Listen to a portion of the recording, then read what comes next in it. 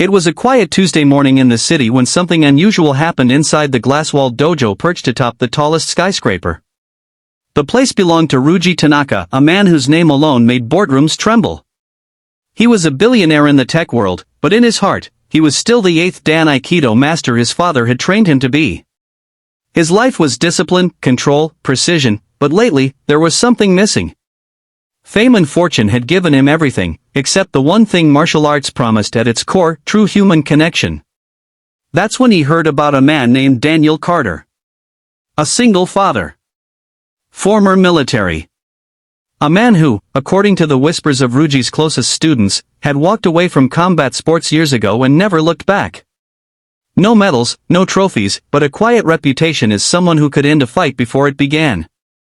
When Ryuji's assistant showed him a grainy clip of Daniel breaking up a street fight without throwing a single punch, Ryuji knew he had to meet him. Not as a businessman. Not as a master. But as a man seeking to test his own spirit. The invitation was simple: come to my dojo. Spar with me. Daniel almost didn't go. Life as a single dad to his 8-year-old daughter, Emily, didn't leave much room for ego or proving points. Every day was about keeping the lights on, packing her lunches, and making sure she never felt the absence of the mother who had walked away years ago. But when Emily saw the invitation, her eyes lit up. "Dad, you should go. You always tell me not to run from challenges." So he went. When Daniel stepped into the dojo, the view of the city stretched out behind Ryuji like a painting. The billionaire stood barefoot on the polished wooden floor, wearing a crisp white gi, posture straight as a sword. But there was something else in his eyes, curiosity, and maybe even hope. "You came," Ryuji said, bowing slightly. Daniel smiled faintly. "Only if you promise not to cry." The students around the mat chuckled nervously. But the tension in the air was electric. The match began slowly. Ryuji moved like water, smooth, calculated, every movement an echo of decades of mastery. Daniel, on the other hand, seemed almost casual. He didn't attack so much as he responded, redirecting Ryuji's force with the kind of fluid instinct you couldn't fake. It was like watching two rivers meet, powerful, but in harmony. But then Ryuji pushed harder. Faster. Testing him. A sudden sweep, a quick feint, and Daniel's footwork changed. He wasn't just defending anymore. He was reading Ryuji's next move before it even happened. The billionaire's breath grew heavier, his focus sharper, until finally.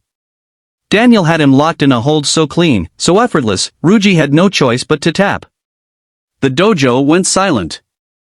Ryuji looked up from the mat and, to everyone's shock, he smiled. Not the polished smile of a businessman, but the unguarded grin of a boy discovering something new. "That," Ryuji said, "was the first time in years I've been reminded why I started this path." Afterward, they sat cross-legged on the mat. Ryuji asked how Daniel learned to move like that. Daniel told him about his military years, but more importantly, about Emily. How every fight he'd ever been in the ring or in life, was ultimately about protecting her. How martial arts wasn't about winning, but about staying standing for the people who needed you. The billionaire nodded slowly. "In business, in life.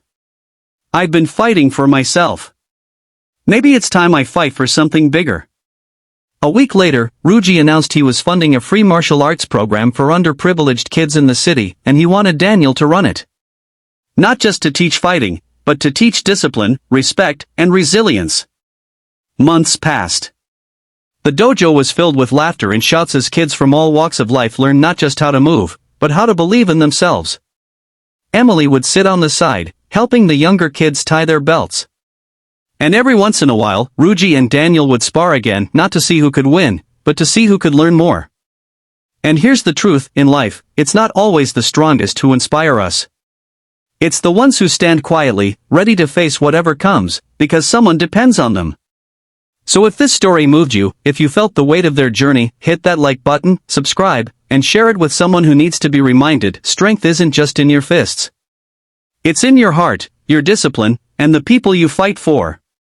The next morning, Daniel woke before sunrise, as always. Old habits die hard when you've spent years waking up in deserts and jungles, listening for threats. But now, the first thing he listened for was the sound of Emily's soft breathing from the next room. He padded to the kitchen, brewed coffee, and stared at the small stack of bills on the counter. The offer Ruji had made him yesterday running the kids' martial arts program was generous. More than generous. But Daniel wasn't a man who jumped at money. He needed to be sure it was the right thing, for Emily, for himself, and for the kids. While he thought, his phone buzzed. A message from Ruji: "Come to the dojo today. Bring Emily." When they arrived, the dojo was quieter than usual.